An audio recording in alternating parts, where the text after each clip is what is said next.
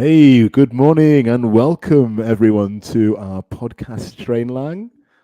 Johnny, nice to have you with me today.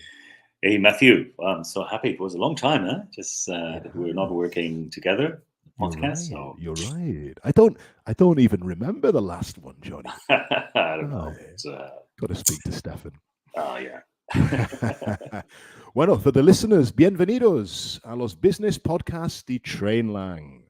Aprende inglés con episodios diseñados para profesionales muy ocupados como tú. Escucha nuestros podcasts y avanza rápidamente para dominar el idioma en solo unos minutos al día. Johnny, ¿te gusta mi acento británico? Oh, es fantástico. Es fantástico. Estoy matando el castellano aquí, lo siento. Nuestras clases con método único tienen las mejores reseñas de academias en Google. Además, las adoptamos a profesionales que necesitan el idioma para su trabajo o negocio. Pruébalas gratis. Y como decimos en Trainlang, tu futuro laboral está solo un podcast de distancia. ¿Qué te parece, Johnny? Increíble. Es fantástico. Tu inglés, tu Spanglish muy bueno. Oh, Spanglish, lo mejor. Bueno, muy bien. Y Estos Johnny, podcasts son fantásticos. we're Sí. going to speak today, as we mentioned in the introduction there, about. Can you tell us, Johnny? Yeah, writing emails, and this is part two. So we have already done something about about this in the past. Yeah. So if you haven't listened already to part one, please do that. But today we're going to continue, and we've got some really interesting content today, Johnny, because writing a business email is not the same, is it, as writing to one of your friends. We need to have a professional tone to it. So we need structure and we need some ideas. And I think, Johnny, we've got plenty of good ideas today. Yeah, I think our listeners will really enjoy the information we will share with them. So yeah, Fantastic. Good points. So we're gonna break this down into two different emails, and Johnny, I think you're gonna take us through the first one, and then I'll have a look at the second one. So let's dive in, please, Johnny, to that first one. Very good, excellent. So then, first, just we always have to introduce ourselves in an email. No, just we can start with something simple, like dear Mr. or Mrs. Alston, for example, or whatever. And then just the first sentence is always just trying to being social. Right? Just we want to introduce ourselves, so we have to make a connection with the person we are talking or we are writing to. So, for example, the sentence, I'm glad we had a chance to chat at the convention last week, could be an option. But of course, we can change that and adapt it with another sentence. I don't know. So you can ask, for example, I hope you enjoyed the event. That's another option. I don't know if you think about any other way just to say this.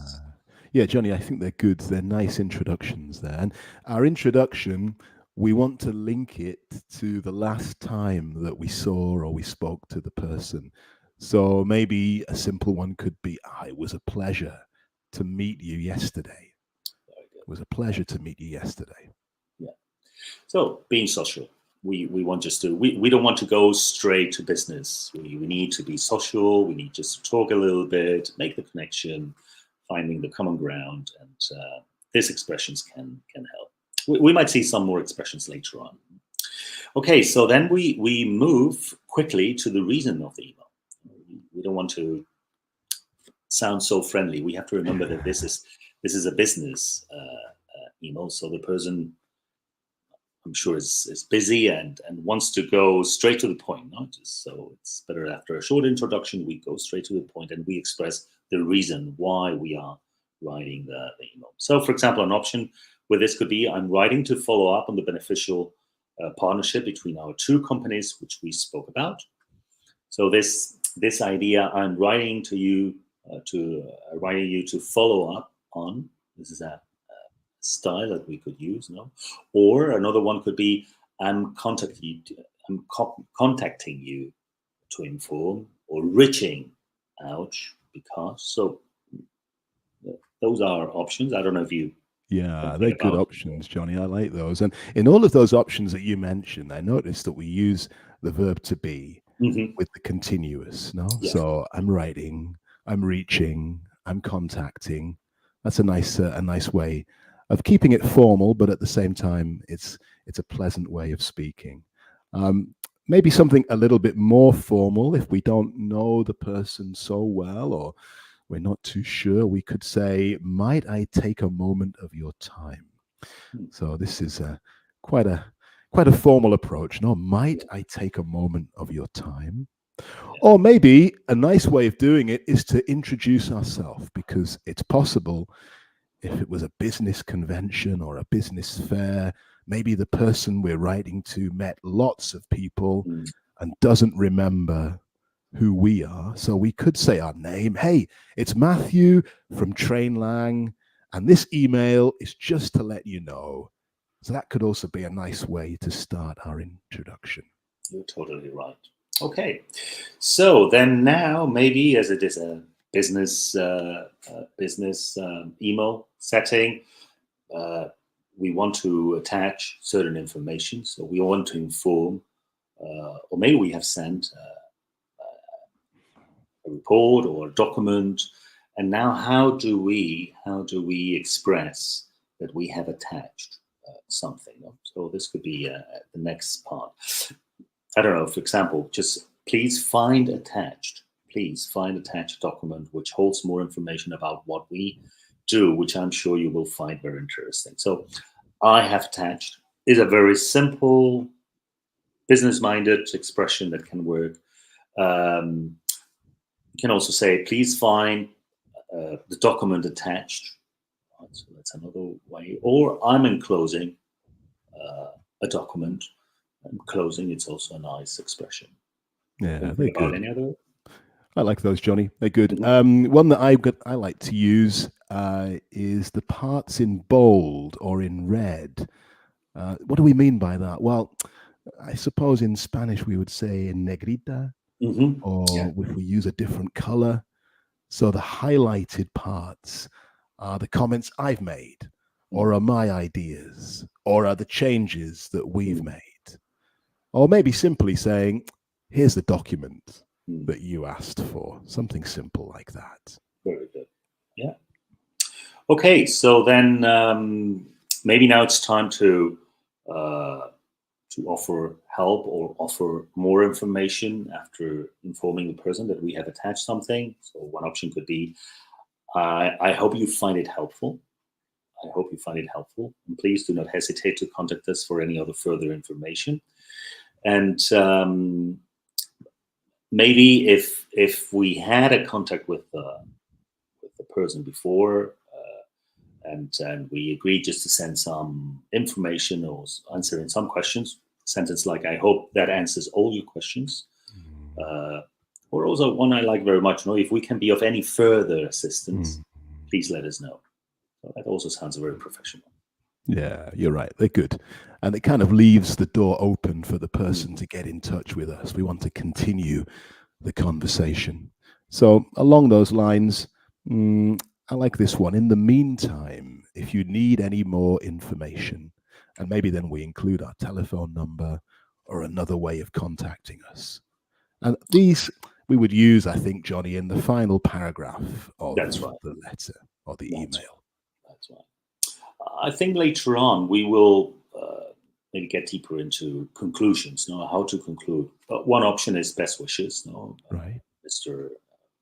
Rios or whatever, and that's it. Later on we will share, just other options to close the email.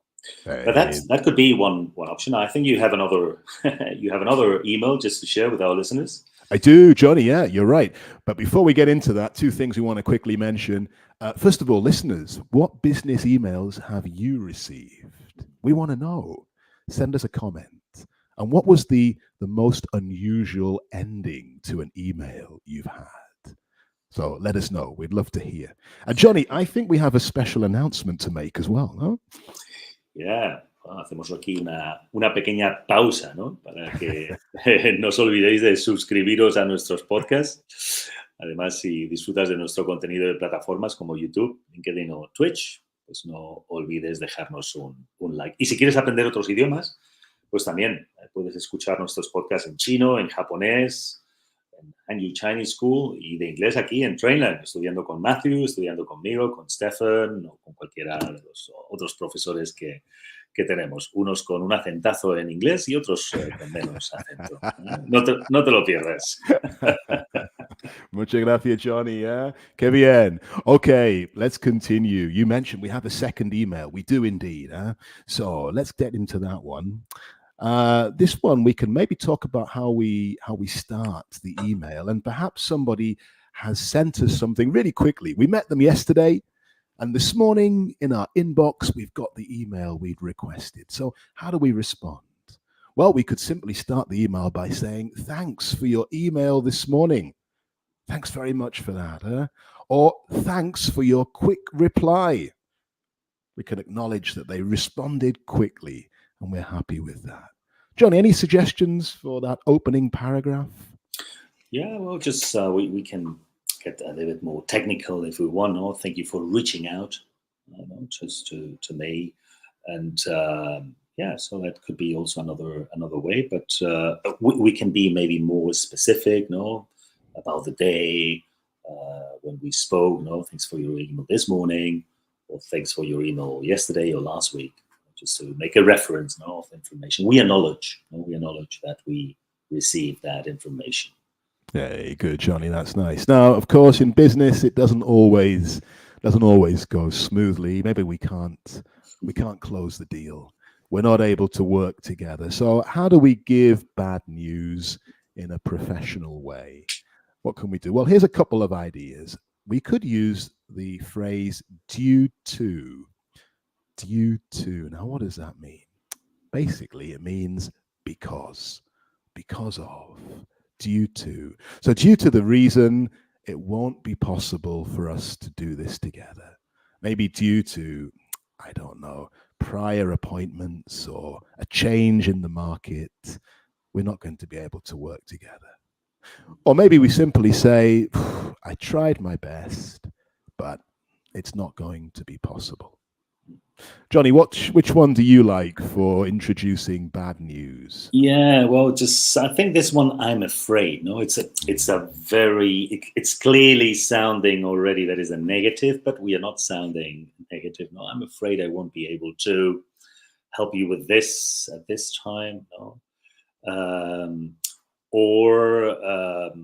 well, I can't see how we can help you with your request at this time. I think that at this point, maybe it's a point you will discuss later on.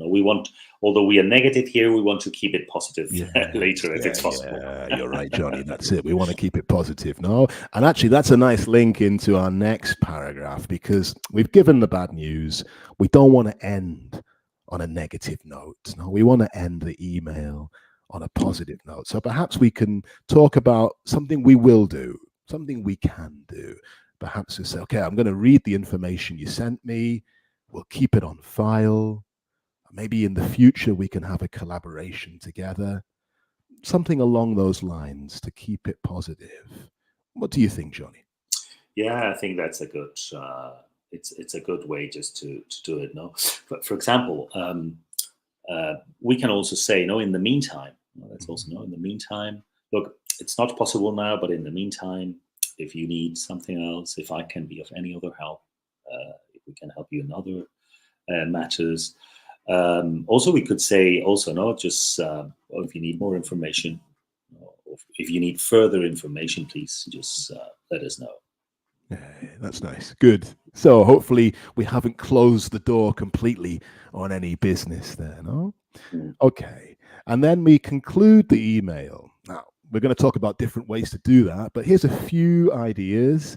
We could say, I hope this is okay with you. Or maybe, I hope we can find a solution soon. So a couple of possible ideas. Johnny, have you got a few that we could think about? Yeah, just saying, sorry, no, that we can be of more help at this moment, no, or I'm sorry, couldn't be of more help at this time. Also, just saying we hope you can understand the reasons why we can't collaborate at this moment are nice ways. Hey, very good. Okay, well, we've covered a lot of ground here, Johnny. So we've had a few ideas about how to put our email together, the different paragraphs, phrases. I think it'll be good to have a business email, just to read it through and have a feeling of what it sounds like. So I don't know. Do you have one? Yeah, just one very similar to the one that we said at the beginning, but just we read it through so that our listeners can listen how it sounds.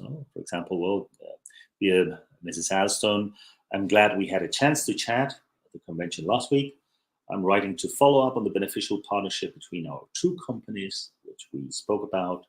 Please find attached a document which holds more information about what we do, which I'm sure you will find very interesting. I hope you find it helpful, and please do not hesitate to contact us for any other further information. Best wishes, Mr. Rios. That could be one. That could be one. I like it. Yeah, very good, very good. Okay, so that's a nice positive one, which we talked about at the beginning. Let's listen to one that's maybe a little bit more negative. We're not going to be able to make the deal. How do we say it? Well, here's one. Dear Mr. Rios, thank you for reaching out to me and sending the information so quickly. Unfortunately, despite my best efforts, we won't be able to start a new partnership until after the summer. I look forward to a future collaboration with you. In the meantime, if there are any other small projects we can assist with, please drop me a line and we can schedule a meeting. Once again, I'm sorry we can't be of more help at the moment. Best wishes, Mrs. Alston. She drives a hard bargain, this woman. Difficult one to crack. Good, Johnny. Okay. A quick review then, Johnny. Yeah. Expressions that you like from our emails. Anything that you liked. Well, for example, just about being social. Just let's start with that one. Well, it was a pleasure to meet you at the convention. It was a pleasure to meet you yesterday. I think it's a nice start. Yeah, I agree with you. We said the next paragraph was to get into the purpose of the email. And I like the ones you mentioned. I'm writing, I'm contacting, I'm reaching. They're good. What about if we've got an attachment, Johnny? Which one did you like for the attachments? Yeah, we can go straight. I have attached. Please find a document attached. So here's a document, or here's the document you asked for. Please. Very simple, very clear, very professional. Okay. As we come towards the conclusion, we offer to help. We could say, I hope this answers all your questions. If you need further help or for further details. And that's the structure we want to follow. Now, Johnny, you gave us a little teaser earlier about how we can conclude the emails. What can we do? Well, I mean, we can just use different expressions. For example, I think we use best wishes, which is nice, but there are other expressions that can be used in business English. For example, respectfully yours. It's a very formal business one. Yours truly. That's another one. And Yeah, they're good. They're good. I think sometimes as well, I've read yours faithfully. If we don't know who the person is, and we can just add that. But Johnny, sometimes in emails, you see these abbreviations. English speakers love to use abbreviations. Can you give us a few examples? Yeah, that's right. I think we all have found this few letters, maybe in a business letter, and say, well, what does it mean? If there's a FYI, for example, say, well, FYI is that maybe just Frederick Jones? Well, just if you find a FYI at the beginning or at one point, it's mainly saying for your information. For That's, your information. have you found Very any other interesting?